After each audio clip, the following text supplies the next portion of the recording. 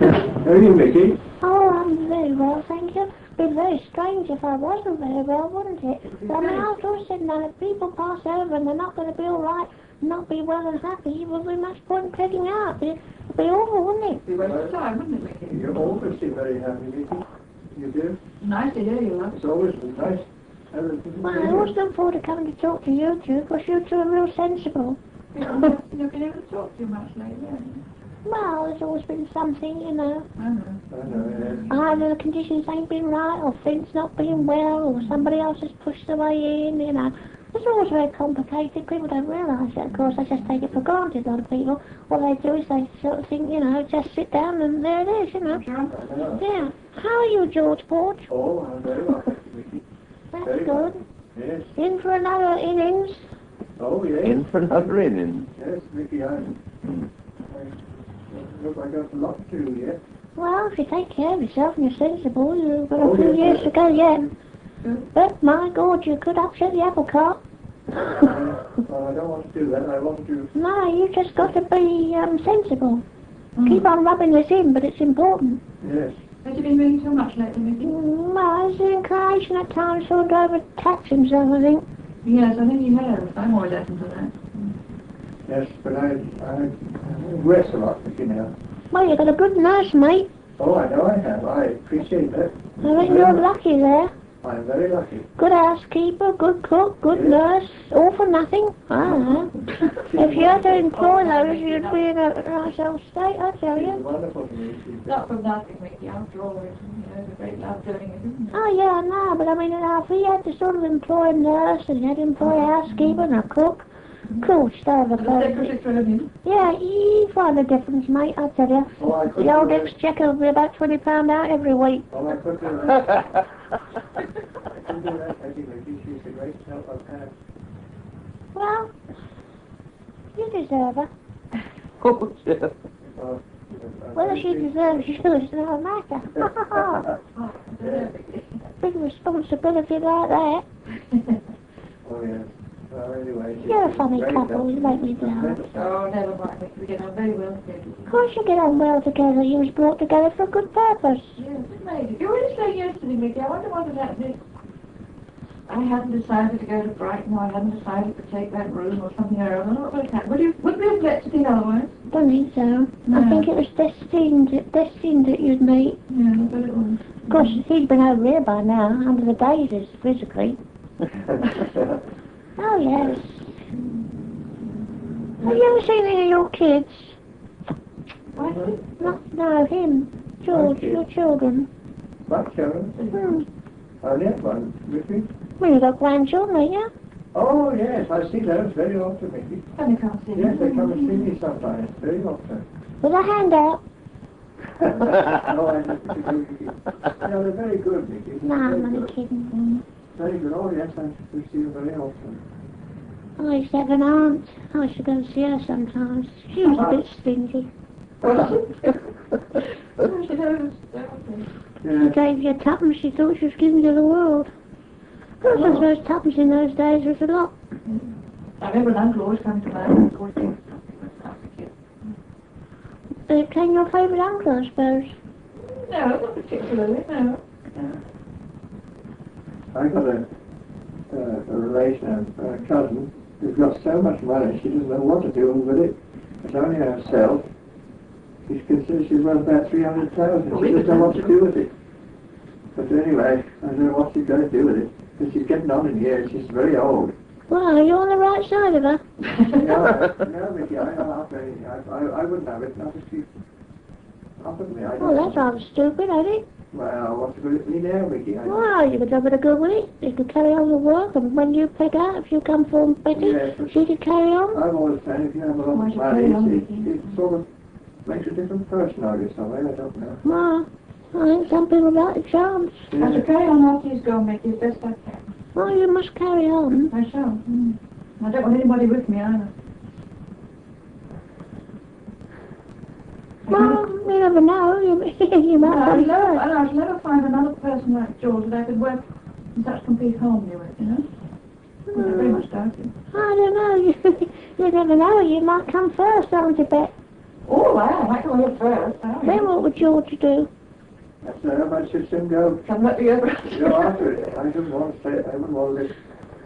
Maybe much longer if Betty was to go. Well, that's Oh, I think I've got a few years yet. a few more years she'll come and go, a few more seasons, you know. A few more years she'll roll, a few more seasons. Oh yes, that's it. A few more seasons come and go, that's it. Why don't you go after that? Oh, I don't know. How does it go? Do you know George? You're religious. No, I'm not with you. I don't know. I'm not very religious. No. Well, you had a religious background, do you? Oh, yes, but I couldn't stand it. I came out of it. I didn't have anything more to do with it. As soon as I got away from home, I finished with it. I just couldn't stand it any longer. I thought there was too much hypocrisy going on with it all.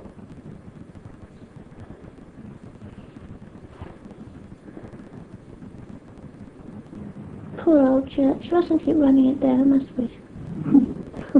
No, but A lot of good people in it. But I've seen it. There's a lot of things that go on. Well, it's good for me to Krishna.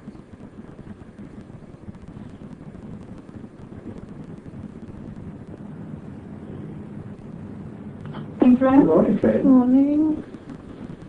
How are you? Good morning, sir. Good Good morning, morning. love. How are you? Good morning, ma'am. Good morning.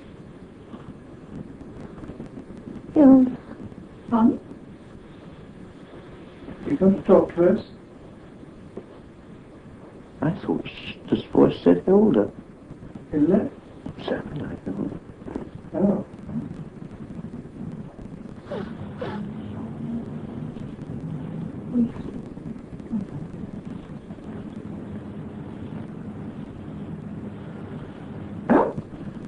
Good morning. Good Good morning. morning, friend. Hilda. Hilda? Yes? Do I know you, friend? No. Good. No, you don't know me. Oh, Hello. Hello. Can you give us a talk? It's 24th, isn't it? Yes, that's right. 24th of October. Yes. That's the day I died. Was it? Yeah.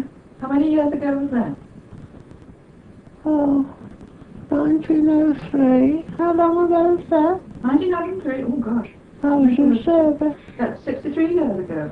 How did you do? How do you do? How do you do? Can you tell us how you passed over? And how you found yourself?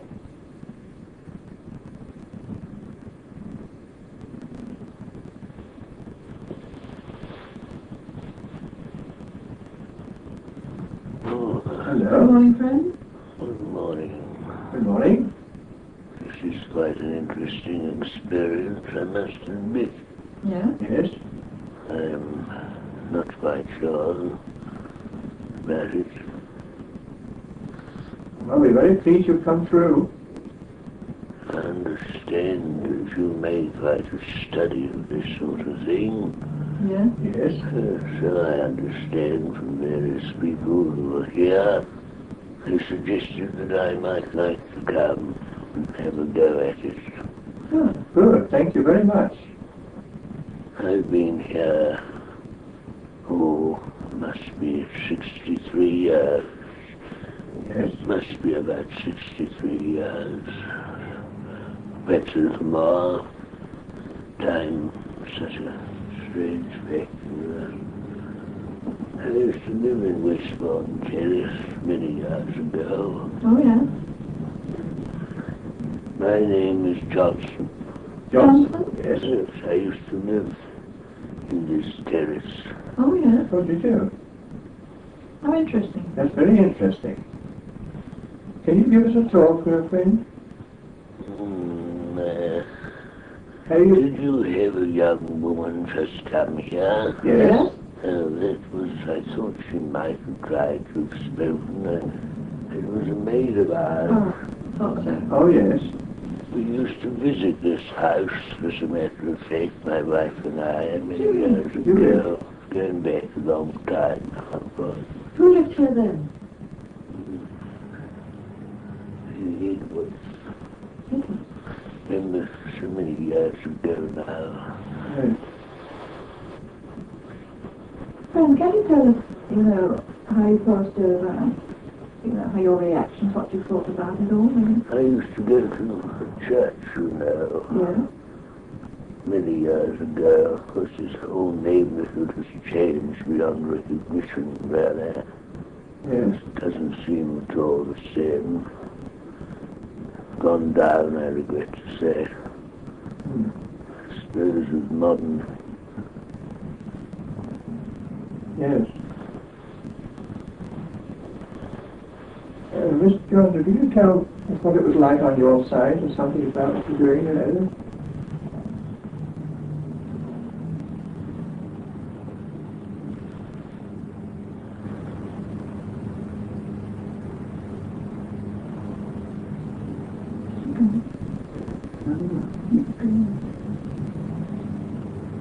You said he used to know this house well.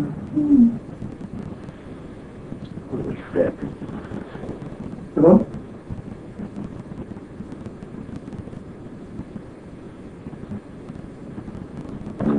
Yes? He was killed in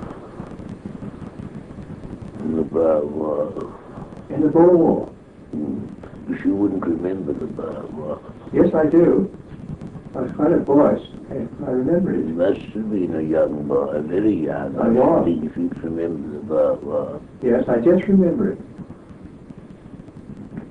The latter part.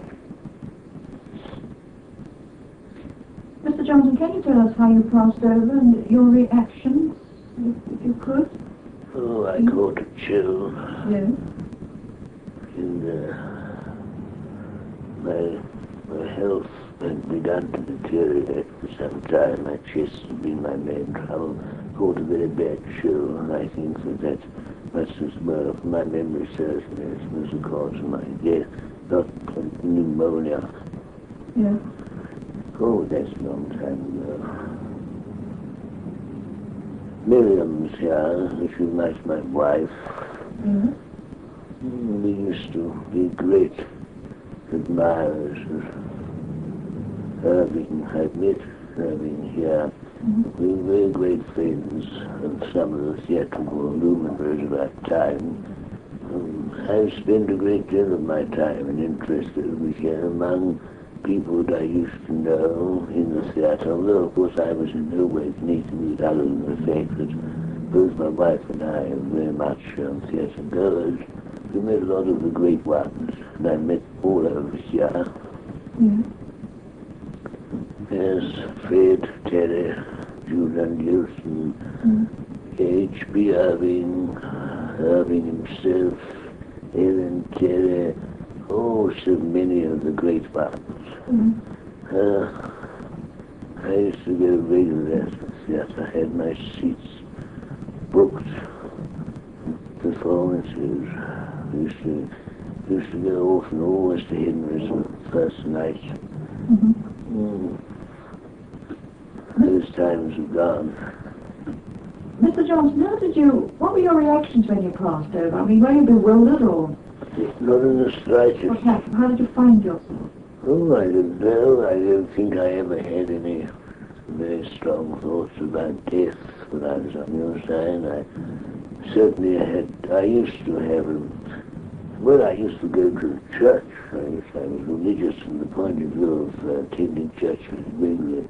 I wouldn't really say I was a good Christian, but I don't think that I was surprised when I realized that I was dead. If anything, I think it came as the most natural thing to me. I never seriously thought about death when I was on your side. Well, how did you find yourself? In what kind of surroundings? Oh, very pleasant.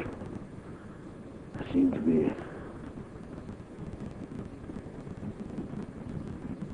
very fully aware of everything that happened with me. I don't think I felt nervous, frightened, or thought even elated. I sort of just took it in my stride. I suppose it all seemed very natural to me. I was met by my mother, who died many years previously, and my father, and my younger brother too. who died when I was in my early 20s. He was about 16. Yeah? Go on. I was shown a village,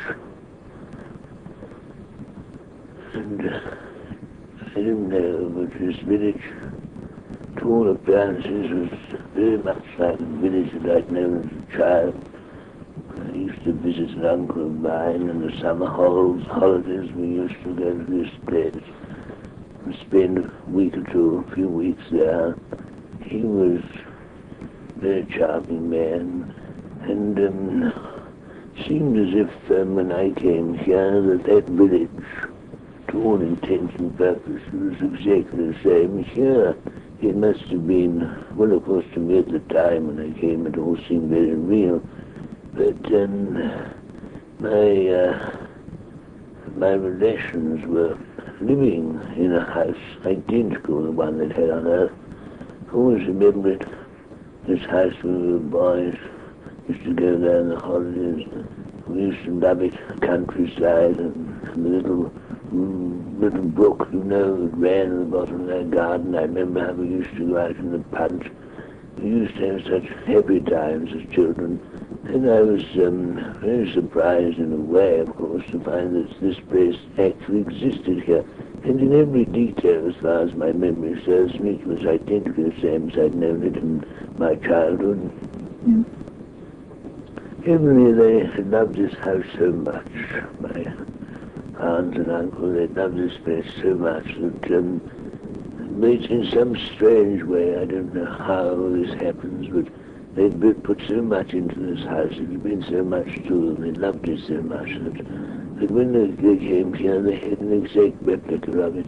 They were extremely kind and very good people, very much thought about in the village, you know. And I met a lot of people when I first came, when I stayed here with my relation, whom I'd met as a boy. Of course, being young, I suppose I didn't have very much to do with the older people. I knew them, of course, and they'd always ask about me, my schooling, etc. But there they were here, just as I'd known them as a boy. The only thing was, of course, they all seemed so very much younger. And that was an extraordinary thing, really, that although they all looked so much younger, the house looked identically the same as I remembered it. But, of course, I realize now that age is purely a physical, material thing, and they had reverted back to their earlier years. And I recognized them. It was as if, in some strange way, although they were younger, I could see them in two senses, as they were now and as they were when on Earth. It's the most extraordinary thing, this sensing that we have. It's a peculiar thing to even describe, how we are conscious and aware of things and people and all sorts of incidents appertaining to ourselves and others. And yet these things may be changed, and yet we're conscious of all the detail. It's as if sometimes we can live in, well, it's almost as if we're living not only in the present but also the past at the same time, and to some extent an extension going into the future. How one can explain this I can't really imagine, but it is so.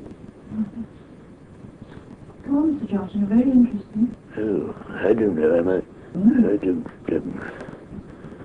my father was a very strict man in his way, but a very good man.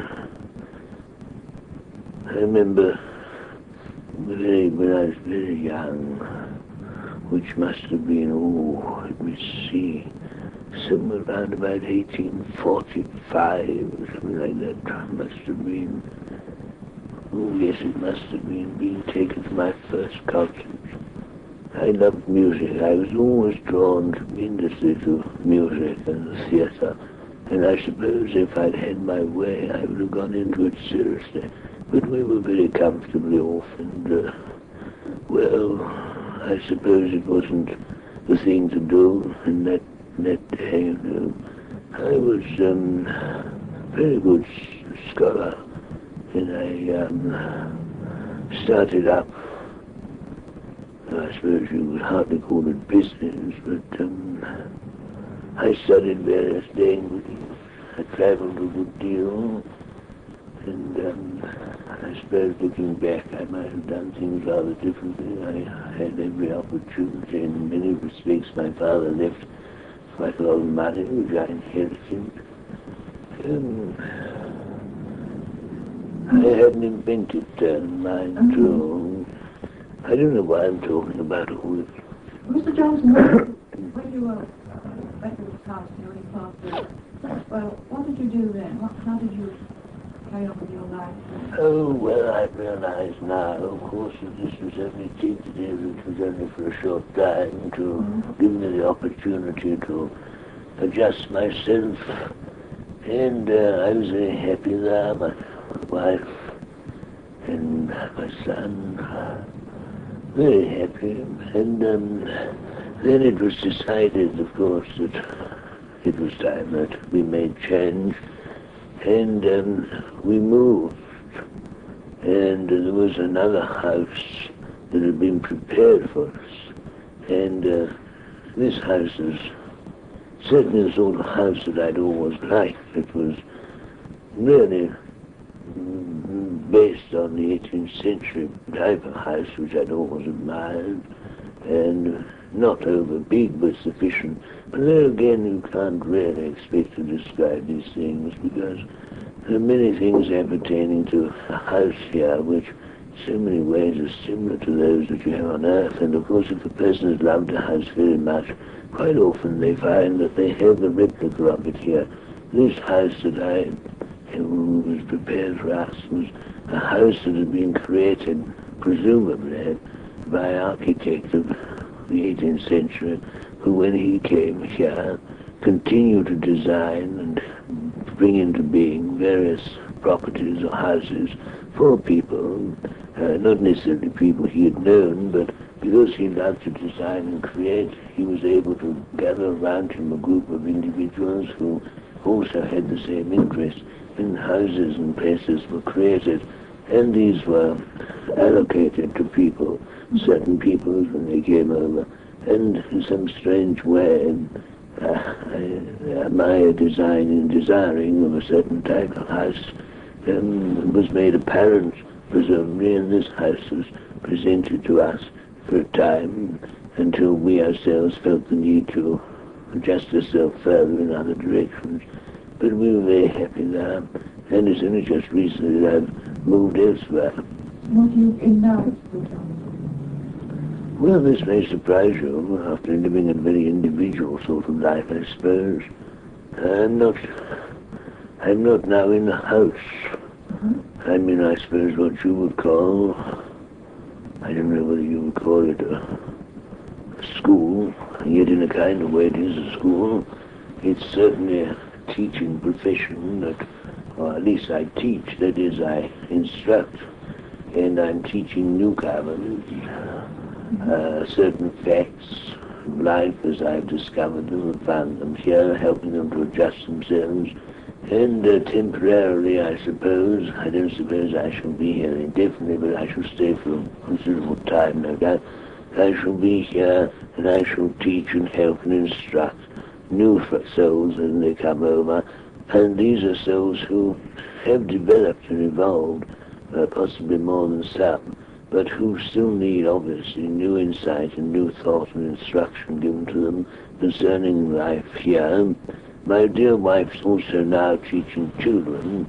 We both live together here, and she is teaching the young, because she's always been very fond of children and has been drawn to them considerably all her earthly life. And it's a great blow when we lost our son. But now, of course, he is with us, and he also is a teacher. I think I'd always wanted to be a teacher about it, and looking back, I realized that on earth I might have done so much more with my life. I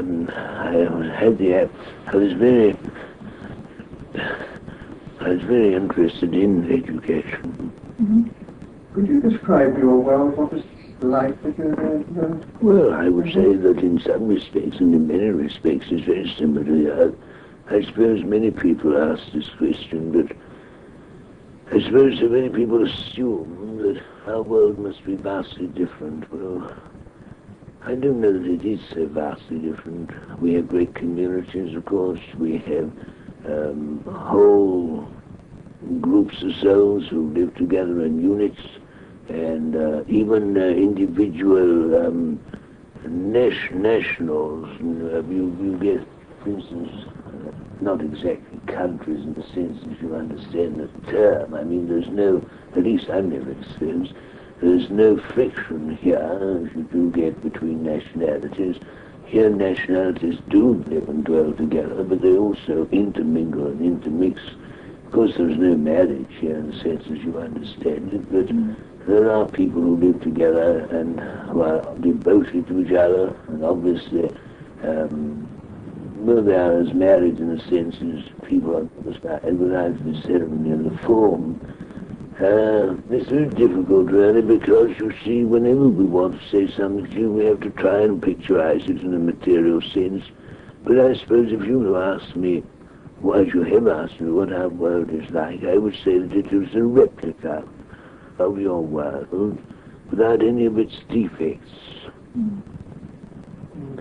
There are great continents, there are vast plains, mountains, lakes. There are great areas that are devoted to life, devoted to peoples. There's a great animal kingdom which intermingles with the human kingdom.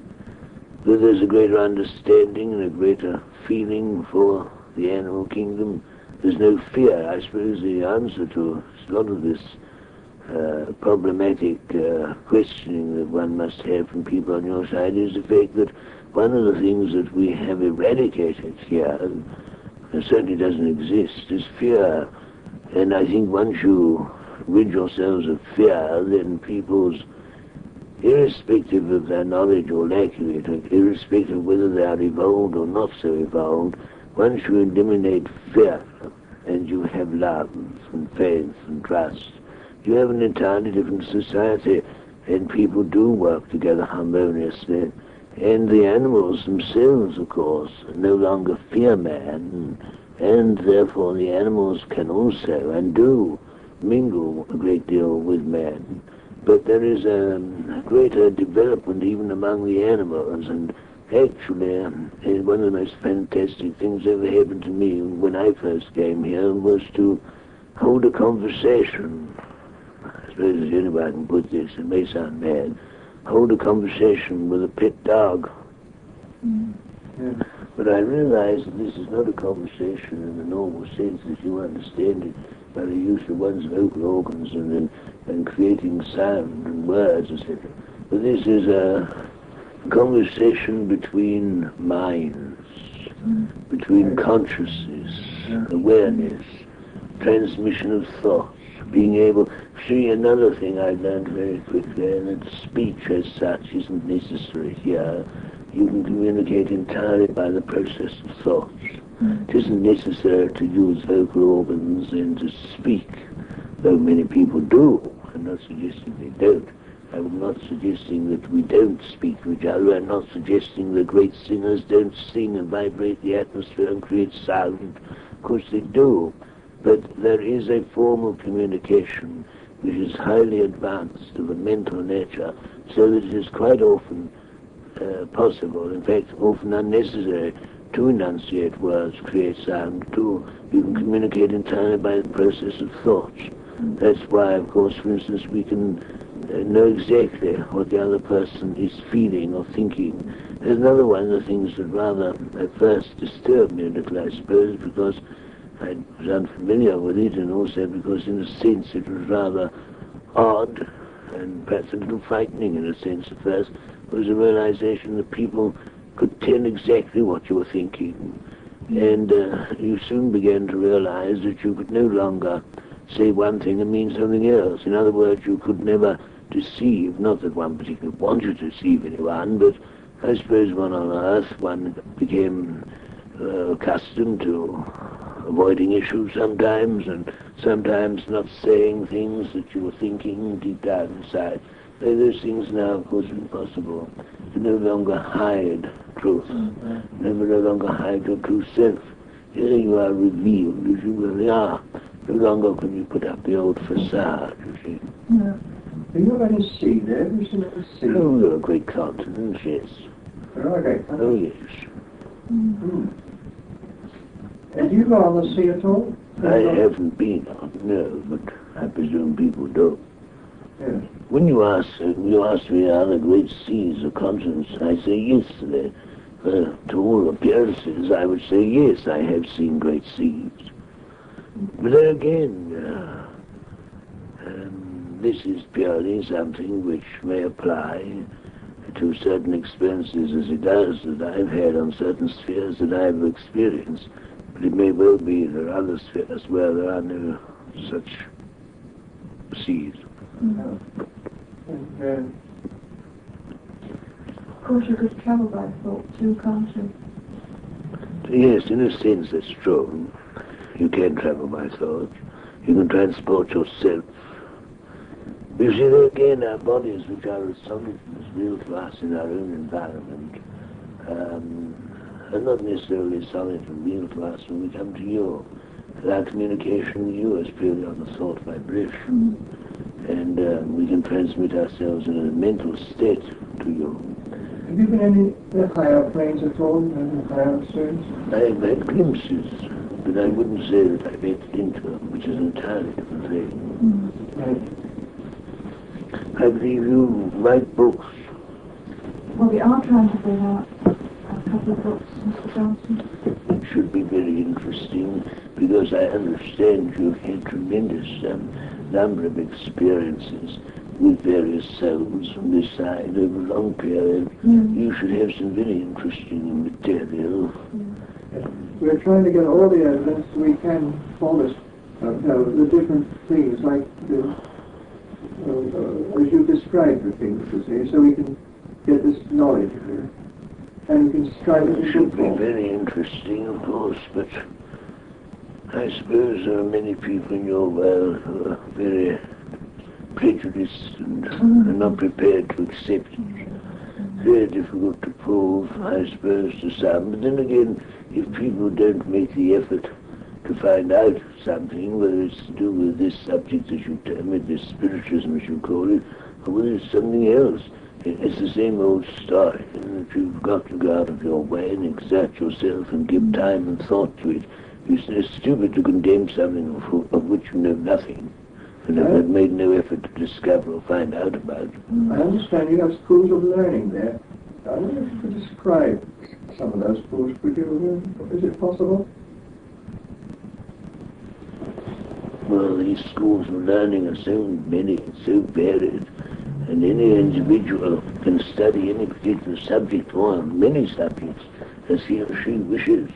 If you want to go back in time and you want to study the history of man, you wish to go back, as it were, you can experience all that. You can go to classes here where there are masters or great teachers who, by the very process of their thought, can transport you temporarily, as it were, back in time, so that you can actually witness and experience and enter into, if you wish, things that have happened centuries and centuries ago to man. Very interesting.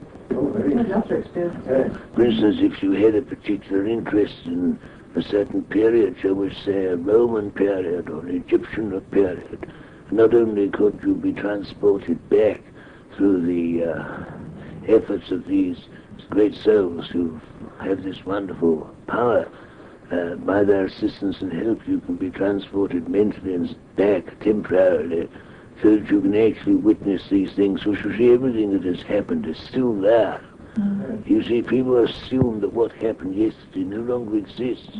But of course it still exists, because what has ever happened in a mental state which has brought forth a material reaction, in other words, whatever has transpired or happened, is registered, and it's only a matter of tuning in to a certain vibrational wavelength upon which you can re-enter, as it were. You see, people have this strange idea that time is now, but time is yesterday and time is tomorrow. Time, there is no beginning and there is no end. What has happened is still, in a sense, happening. It may not be, in a sense, from your point of view, visible or seeable, or you may not be conscious of it, but it's there. On all the different layers, vibrational layers all around the world, all sorts of things are manifested, all sorts of things are registered. It only needs a sensitivity and the art of knowing how to enter into and tune into different wavelengths, and you can see it all reenacted. In other words, all the things that have been major, vital importance, that have affected man, in a sense, I don't misunderstand me on this, can still be understood and experienced. Man only learns through past experience. If you understand, in time you change your form. Well, that may well be, but I haven't yet got to that stage, evidently. I don't particularly want to change my form. I don't know. By what you mean by that? If you mean I might have 4 or 5 legs and 2... No, I don't know quite what you mean by no, changing my form. As you go on, you change to light. Well, Light. Well, I don't know about that. I can't say I'm particularly enamored with the idea. No.